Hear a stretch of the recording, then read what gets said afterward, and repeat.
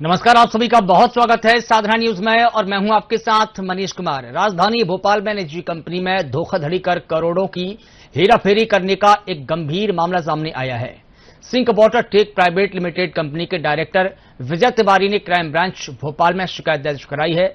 Sink Water Tech private limited company के director Vijay Tiwari ने company के डायरेक्टर रहे रोहित अरोरा और श्रद्धा अरोरा ने कूट रचित दस्तावेज तैयार कर कंपनी के अकाउंट से 24 करोड़ रुपए का लेन देन कर कंपनी के साथ धोखाधड़ी करने की शिकायत भोपाल क्राइम ब्रांच में दर्ज कराई है।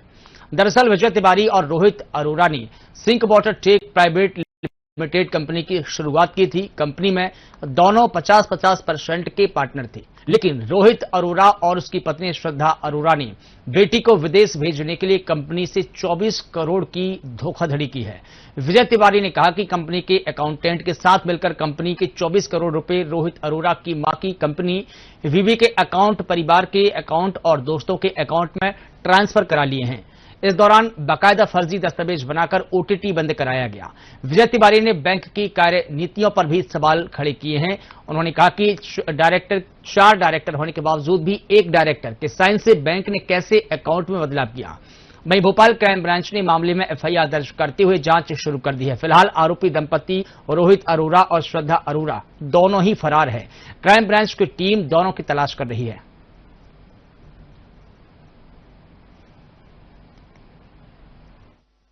मामला ये है कि अभी हमने 2022 में कंपनी चालू करी थी जिसका नाम था Sink Water Tech private limited.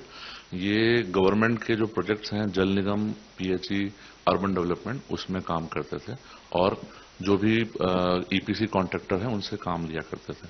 इसी में हमारे साथ जो पार्टनर थे रोहित अरोरा, श्रद्धा अरोरा, ये दोनों हमारे साथ 50% के पार्टनर थे और कंपनी में हमारा काम 2025 तक अच्छा चलता रहा। 2025 में फरवरी में इन्होंने एक कूट रचना करके एक दस्तावेज तैयार किया जिससे मुझे ओटीपी आना बंद हो गए और उसके थ्रू इन्होंने सारा का सारा जो पैसा है अपने पर्सनल अकाउंट्स, अपनी माता जी की कंपनी, अपनी खुद की कंपनी, अपने दोस्तों के अकाउंटों में ट्रांसफर करना चालू कर दिया। इन्होंने कूट रचना का दस्तावेज देकर के एक सीएमएस करके फैसिलिटी होती है बैंक की, जिसमें एक्सेल के ऊपर आप सारा का सारा डेटा एक बार डालो और वन टाइम पेमेंट्स हो जाते हैं। वो वाली फैसिलिटी ऑप्ट कर ली और वो फैसिलिटी ऑप्ट करके इस तरह का पूरा ट्रांजैक्शन करके इन्होंने पैसों के गमन किया।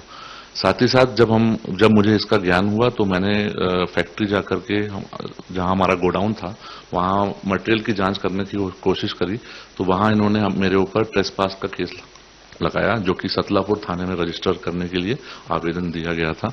वहां मैंने अपने सारे के सारे साक्ष्य प्रस्तुत किए कि मेरा पहले भी वहां आना जाना था और कंपनी के ही वर्क ऑर्डर और इनवॉइसेस के ऊपर सारा सामान उस जगह पे जाके रखाया जाता था म्यूचुअल अंडरस्टैंडिंग के थ्रू। तो ये वहां से इन्होंने फंसाने की कोशिश करी। जब मैं वहां से निकल पाया तो फिर यहाँ पे हमने क्राइम ब्रांच में इसकी सारी की सारी घटना को हमने क्राइम ब्रांच के सामने रखा।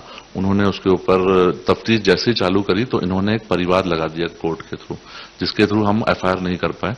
फिर हमको कोर्ट के थ्रू जाकर ही परिवार लगा के एफआईआर का ऑर्डर लाना पड़ा और वो ऑर्डर अभी 5 मई को हमको मिल गया है। तब से दोनों के दोनों जो अपराधी हैं वो एब्सकॉन्डिंग हैं, भागे हुए हैं और इनका भी कोई पता नहीं है और पुलिस इस जांच में लगी हुई है। इसमें कौन अपराधी के साथ कौन संलिप्त था? बैंक की क्या भूमिका है? बैंक की भूमिका बहुत बड़ी है इसके साथ।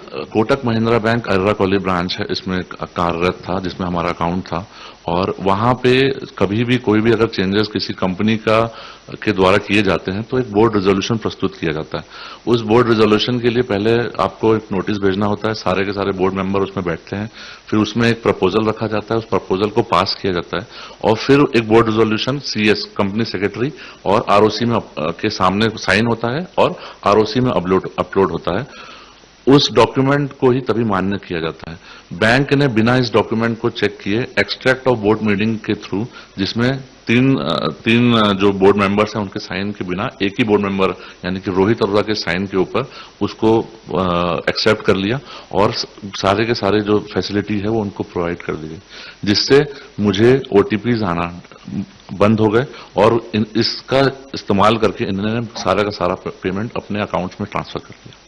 लगभग कितना 5 करोड़ के आसपास इन्होंने अपने अकाउंट में ट्रांसफर किए हैं और बाकी जो 20 करोड़ के आसपास का अमाउंट है ये इन्होंने फर्जी बोगस बिलिंग करके पैसे को ट्रांजैक्शन किए हैं।